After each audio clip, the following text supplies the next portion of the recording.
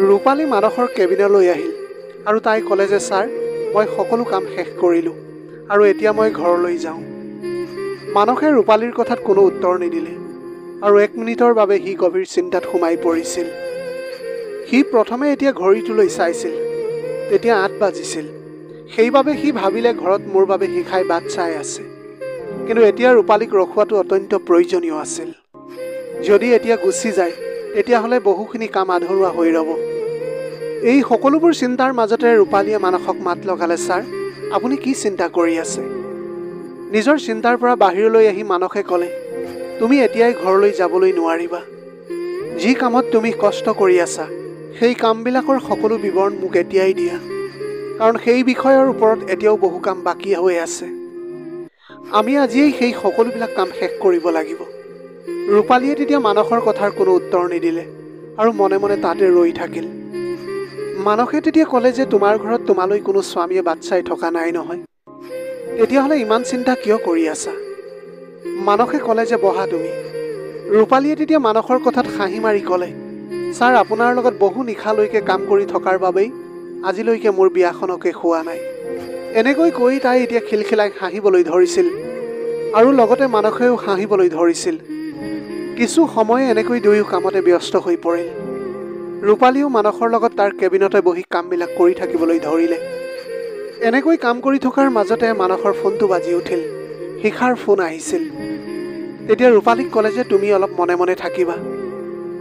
এই বুলি কৈ মানসে শিখাৰ ফোনটো ৰিচিভ কৰিলে আৰু শিখাই কিছু কোৱাৰ আগতে মানসে কৈ উঠিল, শিখা, মই মিটিঙত আছোঁ। মই ঘৰলৈ অহাত অলপ পলম হ'ব। তুমি খাই বৈ শুই যাবা আৰু মোলৈ বাট চাই নৰবা। আৰু এনেকৈ কোৱাৰ পাছত মানসে ফোনটো ৰাখি দিলে। ৰূপালীয়ে এতিয়া মনে মনে ভাবিবলৈ ধৰিলে যে কিয় জানো ছাৰে নিজৰ পত্নীক মিছা কৈছে আৰু মোক কিয় এনেদৰে মৌন হৈ থাকিবলৈ কৈছিল। তেওঁ এতিয়া সঁচা কথাটো ক'বলৈ বিচৰা নাছিল যে তেওঁ মোৰ লগত অকলে আছে বুলি। কিন্তু আনফালৰ পৰা মানসে শুদ্ধটো ক'লে। মিটিঙৰ কথা নোকোৱা হ'লে তাইক খং কৰিলে হয় আৰু ক'লে হয় যে ঘৰলৈ সোনকালে আহা বুলি। আজি এই কামটো আমাৰ বাবে বৰ প্ৰয়োজনীয়। মানসৰ উত্তৰটো শুনি ৰূপালী মনে মনে বহু আনন্দিত হৈ পৰিছিল, কাৰণ তাইৰ এনে লাগিছিল যে আজি বহু সময়ৰ পাছত এনে এটা সুবিধা আহিছে যে তাই অকলে নিজৰ বছৰ লগত বহু নিশা দেৰিলৈকে অফিচত অকলে আছে। এনেদৰে আনন্দতে ৰূপালীও নিজৰ ঘৰলৈ ফোন কৰিলে আৰু মাকক ক'লে যে আজি অফিচত বহু কাম আছে, সেইবাবে তাই আজি কিছু পলমকৈ ঘৰলৈ যাব। এতিয়া তাই মনে মনে বৰ উৎফুল্লিত হৈ আছিল আৰু ভাবি আছিল যে তাই ছাৰৰ লগত এনেদৰে অকলশৰে সময় পাৰ কৰিবলৈ কেতিয়াৰ পৰা যে সপোন দেখি আহিছিল।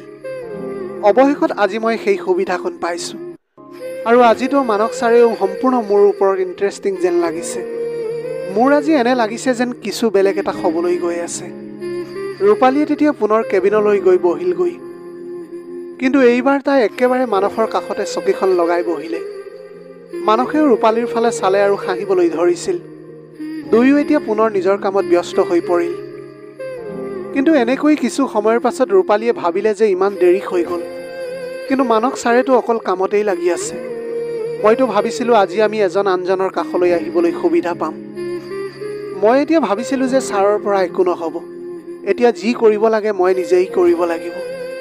এনেকৈ ভাবি ৰূপালীয়ে নিজৰ হাতখন মানসৰ হাতৰ ওপৰত ৰাখিলে আৰু হাঁহি মাৰি মানসলৈ চাইছিল। মানসেও ৰূপালীৰ ফালে চালে আৰু মানসে অনুভৱ কৰিবলৈ পাৰিলে যে আজি ৰূপালীয়ে বেলেগ কিছু কৰিবলৈহে তাৰ ফালে এনেদৰে মৰমেৰে চাই ৰৈছে। সেইবাবে সি থতমত খাই উঠি ক'লে, ৰূপালী, তুমি মোৰ বাবে একাপ কফি আনিব পাৰিবানে? যেতিয়াই তাই বাহিৰলৈ গ'ল মানসে তেতিয়া চিন্তা কৰিবলৈ ধৰিলে। তাৰ মনত কেৱল মানসৰ পত্নী শিখাৰ কথা আহিবলৈ ধৰিছিল, যাৰ লগত সি 2 বছৰ আগতে প্ৰেম বিবাহ কৰিছিল। মানসে এতিয়া চিন্তা কৰিবলৈ ধৰিলে, মই কি শিখাৰ লগত কিবা ভুল কৰিছোঁ নেকি বাৰু? নহয়, মই কেৱল নিজৰ কামহে কৰি আছোঁ। আৰু নিজকে নিজে সান্তনা দি মানসে ৰূপালীৰ লগত কফি খাবলৈ ধৰিছিল। সেইটো সময়তে কফি খাই থাকোঁতে ৰূপালীৰ কি হ'ল জানো, তাই মৰমেৰে নিজৰ কাপটো ৰাখিলে আৰু মানসৰ হাতখনত ধৰি ল'লে। মানসে এতিয়া একেবাৰে থতমত খাই উঠিছিল আৰু সি ৰূপালীৰ ফালে একেৰাহে চাবলৈ ধৰিছিল। ৰূপালীয়ে বহু মৰমেৰে ক'লে, মানস ছাৰ, মই বহু সময় ধৰি আপোনাক কিবা এটা ক'বলৈ বিচাৰিছোঁ। আপুনি মোৰ বহুত মৰমৰ হয়। মই আপোনাক বহুত পচন্দ কৰোঁ। এই কথা শুনিয়ে মানসে নিজৰ হাতখন ৰূপালীৰ কাষৰ পৰা আঁতৰাই আনিলে। মানসে তেতিয়া একো নোকোৱাকৈ কফি খাবলৈ ধৰিছিল আৰু নিজৰ কামত ব্যস্ত হৈ পৰিল। ৰূপালীৰ এতিয়া মানসৰ এনে ব্যৱহাৰত কিছু দুখ লাগিছিল, কিন্তু তাই ভাবিলে যে আজি তাই মানস ছাৰক নিজৰ কাষলৈ আনিহে এৰিব, যাতে তাৰ বাবে মই যি কৰিবলগীয়া হয় কৰিম। আনফালেদি মানসৰ মন মগজুত এতিয়া খেলিমেলিৰ সৃষ্টি হ'বলৈ ধৰিছিল। ক'ৰবাত নহয় ক'ৰবাত এনেদৰে ৰূপালী তাৰ কাষলৈ অহা দেখি মানসৰ মনটো গলিবলৈ আৰম্ভ কৰিছিল। সিও এতিয়া তাৰ ফালে আকৰ্ষিত হ'বলৈ ধৰিছিল। মানসে এইবিলাক চিন্তা কৰি থকাৰ মাজতে ঘড়ীটোলৈ চাই দেখিলে যে 9:30 বাজিছে। সেইবাবে সি অলপ কঠিন সুৰেৰে ক'লে, ৰূপালী, এতিয়া বহুত পলম হৈ গ'ল, তুমি এতিয়া ঘৰলৈ যোৱা, বাকী যিখিনি কাম আছে মই কৰি ল'ম। এই কথাটো শুনাৰ লগে লগে ৰূপালী একেবাৰে জাঙুৰ খাই উঠিল। তাই তেতিয়া তৎক্ষণাত উঠি মানসৰ চকীৰ কাষ পালেগৈ আৰু মানসৰ একেবাৰে ওচৰলৈ গৈ ক'লে যে, ছাৰ, সমস্যাটো কি? মই আপোনাৰ ইমান কাষলৈ অহাত আপুনি নিজকে ইমান বাধা কিয় দি আছে? মই জানো যে আপুনিও মোক পচন্দ কৰে। এতিয়া মানসৰো নিজকে ধৰি ৰখাটো কঠিন হৈ পৰিছিল। এটি ক্ষণৰ বাবে তাৰ মনেও কৈছিল যে সি ৰূপালীৰ কাষলৈ গুচি যাব, কিন্তু যেনে তেনে সি নিজকে বাধা দিলে আৰু ৰূপালীক নিজৰ পৰা আঁতৰাই বহু মৰমেৰে তাইক ক'লে যে, ৰূপালী, মই এজন বিবাহিত পুৰুষ, এনেদৰে মই মোৰ পত্নীক মিছা মাতিবলৈ নোৱাৰোঁ। তুমি এজনী সম্পূৰ্ণ সফল গাভৰু, সেইবাবে এনেদৰে নিজৰ জীৱনটো কেতিয়াও ধ্বংস নকৰিবা। এনেদৰে মানসে ৰূপালীক আঁতৰাই দিয়াটো তাইৰ একেবাৰে ভাল নালাগিছিল, কাৰণ এতিয়া ৰূপালীৰ অন্তৰত প্ৰেমৰ জুইকুৰা জ্বলি উঠিছিল আৰু এতিয়া এনেকৈ তাই কেৱল মানসৰ কাষলৈ যাবলৈ বিচাৰিছিল। ৰূপালীয়ে যোৱা 4 বছৰ পৰা মানসৰ অফিচত কৰ্মৰত আছিল আৰু তেতিয়াৰে পৰাই তাই মানসক পচন্দ কৰি আহিছিল। কিন্তু মানসে নিজৰে বান্ধৱী শিখাৰ লগত প্ৰেম বিবাহত বহিছিল। তেতিয়া ৰূপালীৰ অন্তৰখন একেবাৰে ভাঙি পৰিছিল।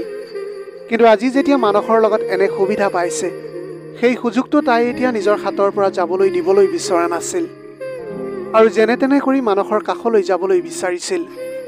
ৰূপালীয়ে আগপাছ নেচাই মানসক জোৰেৰে সাবটি ধৰিছিলগৈ। মানস, মই তোমাক বহুত ভাল পাওঁ। যোৱা 4 বছৰৰ পৰা মই তোমাৰ বাবে বলিয়া হৈ পৰিছোঁ। তুমি এতিয়া আনক বিয়া কৰালা, কিন্তু মই তথাপিও তোমাকেই ভাল পাওঁ। মোক এতিয়া এনেদৰে তোমাৰ পৰা দূৰ নকৰিবা। আমাৰ মাজৰ এই কথা কেতিয়াও অফিচৰ বাহিৰলৈ নাযায়। আজি নিশা নিজকে আৰু বাধা নিদিবা তুমি। ৰূপালীয়ে এনেদৰে মানসক সাবটি ধৰিছিল যে মানসেও তেতিয়া নিজৰ সকলোবিলাক পাহৰি গৈছিল। এতিয়া এনেকৈ মানসেও ৰূপালীক সাবটি ধৰিলে আৰু সকলো পাহৰি গৈছিল দুয়োৱে। এতিয়া সিহঁত দুয়োজনে ইজনে আনজনৰ ইমানেই ওচৰ চাপি আহিছিল যে এতিয়া দুয়োৰে এজনে আনজনৰ হৃদয়ৰ উঠা নমা উশাহৰ শব্দও শুনি পাইছিল।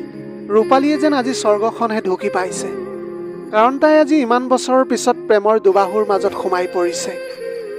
আনফালেদি মানসেও নিজৰ সকলো চিন্তা পাহৰি ৰূপালীক জোৰেৰে সাবটি ধৰি তাৰ মুখৰ পৰা ওলাল, ময়ো তোমাক বহুত ভাল পাওঁ শিখা। এই নামটো শুনিয়ে মানসৰ চকু খোল খালে আৰু নিজকে সংযম কৰি ৰূপালীক নিজৰ পৰা দূৰলৈ ঠেলি পঠিয়ালে। তাইতো মানসৰ প্ৰেমত পগলাৰ দৰে হৈ পৰিছিল। মানসে এতিয়া নিজকে ভুল কৰাৰ আগতে বাধা দিলে আৰু জোৰেৰে থিয় হৈ ৰূপালীৰ পৰা আঁতৰি গ'ল। মানসে তেতিয়া ক'লে, মোক ক্ষমা কৰি দিবা, মই তোমাক এনেদৰে সাবটি ধৰাৰ বাবে। নিজৰ এই দুৰ্বলতাৰ সময়ৰ বাবে মই গোটেই জীৱন লাজ পাই থাকিম। তুমি ৰাতিটো অফিচত থাকিবলৈ পাৰিবা, কিন্তু মই এতিয়াই নিজৰ ঘৰলৈ যাওঁ। মই নিজৰ পত্নীক বহুত বেছিকৈ ভাল পাওঁ আৰু মই মোৰ পত্নী শিখাৰ বিশ্বাস কেতিয়াও ভাঙিব নোৱাৰোঁ। মানসৰ এইবিলাক কথা শুনি ৰূপালীৰ বহুত বেছি খং উঠি গ'ল আৰু তাই নিজৰ সকলো পাহৰি গৈছিল। তাই এতিয়া চিঞৰিবলৈ ধৰিছিলে, মানস, তুমি মোৰ লগত এনেকুৱা কেনেকৈ কৰিবলৈ পাৰিছা? মোৰ ইমান কাষলৈ আহি এতিয়া মোক কেনেদৰে অকলে এৰি যাবলৈ পাৰা তুমি? এতিয়া তুমিয়ে কোৱাচোন মানস, মোৰ চেহেৰাত কি নাই? তেতিয়া মানসে বহুত শান্ত সুৰেৰে ক'লে, তুমি বহুত ভাল ছোৱালী হয়, তোমাৰ সকলোৱে আছে, কিন্তু যিদৰে তুমি মোক ভাল পোৱা তেনেদৰে ময়ো মোৰ পত্নীগৰাকীক ভাল পাওঁ। মই তোমাৰ ভাৱনাক সদায় সন্মান কৰোঁ। সেইবাবে কাইলৈৰ পৰা তোমাক মোৰ ছেক্ৰেটাৰী পদৰ পৰা আঁতৰাই দিম আৰু অন্য পোষ্টত তোমাক কামত লগাই দিম, যাতে তুমি মোক সদায় দেখা পাই তুমি নিজকে অসহায় অনুভৱ নকৰা। আৰু এয়া কৈ মানস অফিচৰ পৰা ওলাই আহিল আৰু নিজৰ ঘৰলৈ বুলি ৰাওনা হ'ল। গাড়ীত বহিয়ে মানসে এতিয়া কিছু সময়ৰ আগতে ঘটি যোৱা ঘটনাটোৰ কথা চিন্তা কৰি ঘামত একেবাৰে তিতি গৈছিল, কাৰণ সি লাজ পাইছিল যে সি কেনেকৈ কিছু সময়ৰ বাবে এনেকৈ দুৰ্বল হৈ পৰিছিল। আৰু আজি যদি সি নিজকে এনেদৰে বাধা দিব নোৱাৰিলে হয় তেতিয়াহ'লে জীৱনত নিজকে কেতিয়াও ক্ষমা কৰিব নোৱাৰিলেহেঁতেন। আনফালেদি আকৌ ভিতৰত ৰূপালীৰ কান্দি কান্দি অৱস্থা একেবাৰে বেয়া হৈ গৈছিল। তাইৰ এতিয়া মানসৰ ওপৰত বহুত বেছি খং উঠিছিল, কাৰণ সি ৰূপালী আৰু তাইৰ মৰমক এনেদৰে অকলে এৰি থৈ আঁতৰি আহিছিল।